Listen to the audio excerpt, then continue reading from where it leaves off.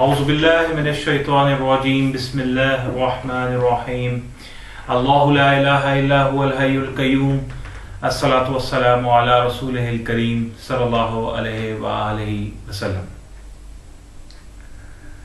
خواتین و حضرات، ہمارے ہاں معاشرے میں اسلامی معاشرے میں ایک بہت عجیب بحث چھڑ جاتی ہے، اور وہ عجیب بحث اللہ تعالیٰ کی وحدانیت پر ایمان کے متعلق ہے۔ ہم مسلمان جب اللہ پر ایمان لاتے ہیں تو ایمان لانے کے بعد کوئی مسلمان کے درجے پہ ہے تو کوئی مومن کے درجے پہ، یعنی ہر شخص ایمان لانے کے بعد بھی ایک ہی درجے کے اوپر متمکن نہیں ہوتا۔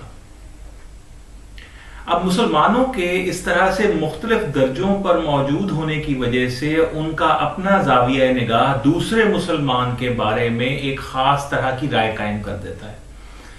ایک اچھے درجے پر موجود مومن دوسرے مسلمان کو جب دیکھتا ہے تو ممکن ہے کہ وہ اسے لیس پریکٹسنگ مسلم پائے۔ یہ ممکن ہے کہ وہ اسے دیکھے تو اسے یہ لگے کہ جیسے یہ اسلامی تمام عبادات اور ان فرائض اور ان تمام سنتوں کی پابندی نہیں کر رہا جس طرح سے شاید کی جانی چاہیے۔ لیکن اس تنقید کے ساتھ ساتھ ایک اور تنقید جو اکثر اوقات ہمارے اسلامی معاشرے میں مختلف سیگمنٹس آف سوسائٹی کے اندر جنم لیتی ہے، وہ یہ کہ اللہ پر ایمان سے متعلق ہم لوگ ایک دوسرے پر مختلف طرح کے الزامات لگا دیتے ہیں۔ کوئی کسی کو گستاخ کہتا ہے تو کوئی کسی کو مشرک کہنے لگتا ہے۔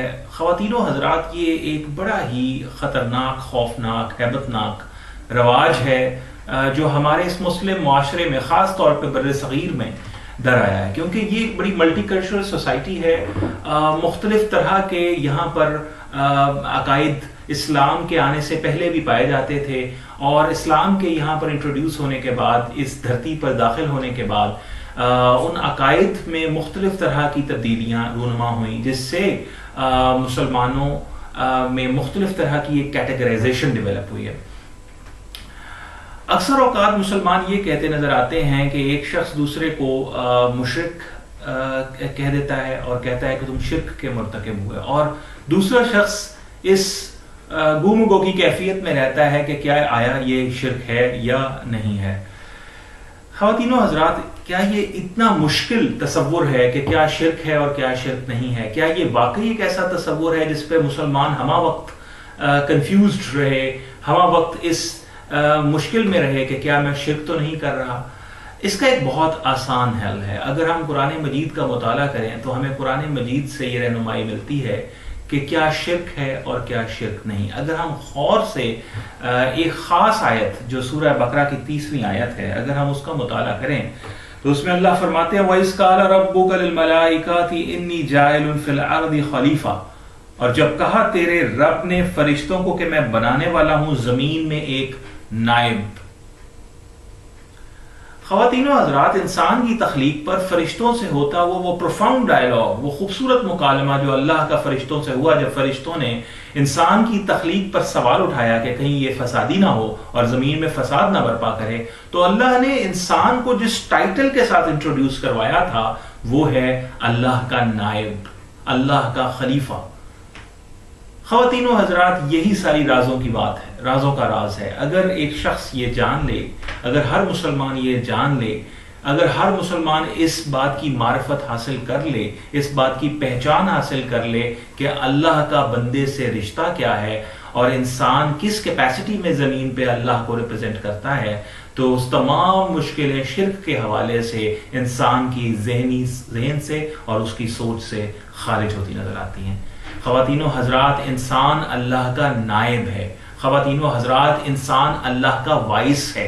خواتین و حضرات، انسان اللہ کا خلیفہ ہے۔ خلیفہ اور نائب وہ ہوتا ہے جو کسی کے دیے ہوئے اختیار کو استعمال کرے، اور اللہ اور انسان کے معاملے میں وہ اختیار اللہ کا ہے، لیکن اس اختیار کو امانت کے طور پہ استعمال کرنے والا زمین پر خود انسان ہے۔ خواتین و حضرات، اگر تمام اختیارات ہم اللہ کی طرف ان کو ایٹریبیوٹ کریں، اللہ کی طرف ان کی نسبت جوڑیں، اور اس کا استعمال ہم انسان کے ساتھ جوڑیں تو کبھی بھی شرک نہیں ہونے پائے گا. لیکن اگر ہم اختیار کا تعلق انسان کے ساتھ جوڑ دیں اور اختیار کو اللہ کی طرف ایٹریبیوٹ نہ کریں، اختیار کی نسبت اللہ کی طرف نہ کریں، تو یہ شرک ہو جائے گا. خواتین و حضرات، تمام اختیار کا مالک اللہ ہے، اللہ رازق ہے، لیکن اس زمین پہ یہاں پہ ایک شخص باس ہے، ایک امپلائر اور دوسرا امپلائی، اور وہ رزق اس باس کے ذریعے سے اس امپلائی تک آتا ہے. اب اس طرح سے انسان اس خدا کا نائب ہوا، اس کا شریک نہیں، کیونکہ وہ اللہ کے ہی رزق کے اختیار کو زمین پر استعمال کر رہا ہے. خواتین و حضرات، اللہ کی ذات علیم ہے. انسان عالم بن کے دوسروں کو علم دیتا ہے، لیکن علیم ذات تو اللہ کی ہے، علم تو سارا اللہ کا ہے. اس واسطے وہ تمام علم جو ایک انسان دوسرے کو سکھاتا ہے، انسان اس علم پہ مختار نہیں ہے بلکہ نائب ہے. خواتین و حضرات، اسی طرح سے آپ جتنی بھی مثالیں دیکھتے چلے جائیں گے، جتنا بھی اختیار کا انسان کے اختیار کا مطالعہ کرتے چلے جائیں گے، آپ کو یہ معلوم ہوگا کہ یہ تمام اختیار اللہ کا ہے، انسان کا نہیں. البتہ انسانوں میں مختلف درجے ہیں، کوئی نبیین ہیں، کوئی صدیقین ہیں، کوئی شہداء ہیں اور کوئی صالحین ہیں. یہی وہ 4 مومنین کے درجے ہیں جو قرآن مجید میں بتائے گئے ہیں.